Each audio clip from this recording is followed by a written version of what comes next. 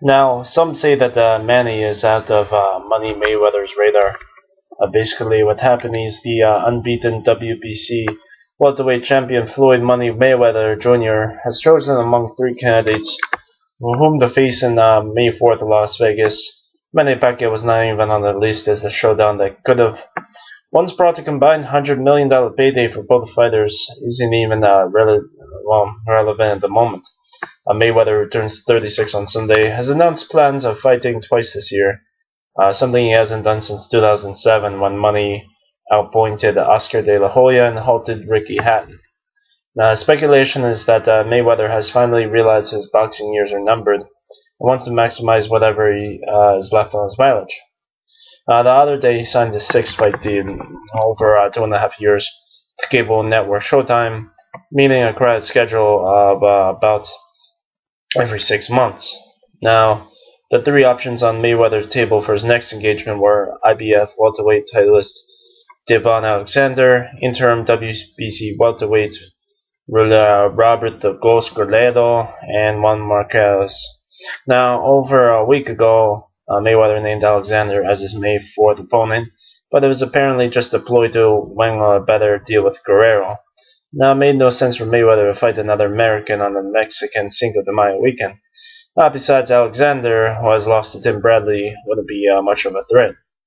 Now, Marquez, 39, who's coming off a sensational knockout win over Paquiao, but couldn't be considered a draw, particularly as he was badly beaten by Mayweather in 2009. Now, their fight wasn't even as close as Judge Bert Clemens scored it, 120-107. Judge Dave Moretti, 119-108, and Judge Bill Lurch, 118-109, all for Mayweather, who dropped Marquez in the second round. Now, instead of knocking out Mayweather's door, Marquez would be smart to face Pacquiao in the fifth meeting, perhaps in September. Now lost to Mayweather in May will severely diminish the market potential, of a quintulogy with Pacquiao, and in a rematch with Mayweather, the chances are Marquez will lose as convincingly as he did 4 years ago. So the obvious choice was Guerrero, who was of Mexican descent. Now WBC light middleweight champion Sal Alvarez will battle Austin Trout in the Mayweather undercard on May 4th. Now, if Alvarez and Mayweather win that night, they'll likely square off on September 14th during the Mexican Independence Day weekend. September 14th is earmarked in Mayweather's schedule for his second fight this year. Now, as for Pacquiao, Mayweather may not be a priority now, but he'll want to avenge his setback to Marquez, and there's a talk of a tune-up in April, if it can be arranged. If no promoter puts a pile for a tune-up, not Marquez, Paquiao could go straight to a fifth bout against Marquez in September. Marquez's promoter Fernando Beltran and trainer Nacho Beristain claim they're not interested in another Pacquiao fight. There's nothing left to prove. But that's suspiciously, that's suspicious. Now Marquez, like Mayweather, is counting the years before he retires and then want the biggest paycheck available. That could only come from a fifth Pacquiao duel. Now, Mayweather has a 43-0 record with 26 knockouts. As the first fighter to stain, it is destined to leave his mark on boxing history. Now, sooner or later, time will, take the edge off him. So, the thing about it is, whether the defeat comes this year or not, the defeat will come. The sport is slowly changing, and Mayweather will soon be, hit by Father Time. For his next fight, Mayweather is bringing back his father, Floyd Sr., as chief trainer. That may or may not be a positive because the father appears to be as delusionary as the son. But, Mayweather is intent on hanging up his gloves with an unbeaten record and believes he's invulnerable. And that no one has a chance to beat me, said Mayweather. And so I'm not saying anyone else is good, but, I know how to win. But, I'm the best that ever lived, hands down.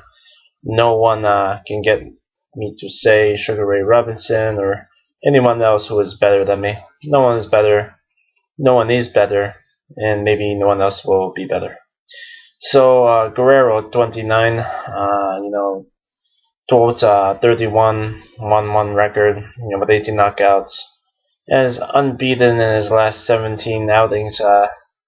Since losing a split decision to Gamaliel Diaz in 2005. But should have lost to Orlando Salido in 2006, when the fight was declared no contest, and Salido's win by unanimous decision was erased after he tested positive for steroids. Now, although Guerrero insists he will deal with Mayweather, he will deal Mayweather's first loss. Consensus is it's a pipe dream. Mayweather's still undefeated after all these years, and no one has come close to beating him because he can make so many adjustments," said Guerrero. Now, but a lot of fighters break down mentally before they meet Mayweather. This is the difference between me and them. I've been through such a lot, both inside and outside the ring. I defended my world IBF super featherweight title in the week. His wife was diagnosed with cancer, and I knocked out a tough guy, Martin Honorio. Just days after I got the most devastating news. It takes a very strong person mentally to do that. Alvarez, 22, has the best chance of beating Mayweather. He has a 4-1, 0-1 record with 30 knockouts, and could stop money in his tracks, with relentless pressure. Now, Alvarez is 13 years younger and won't wear down as quickly as Mayweather will. Paquiao also backs the tools to defeat Mayweather, and if ever their paths cross, it could be the fight of the decade. Paquiao, however, has Marquez on his mind for the time being, and once he exacts his revenge, I'd like to expect the Filipino icon to call out Mayweather. Paquiao may not be in Mayweather's line of sight now, but I'll let insist that's a temporary state of affairs.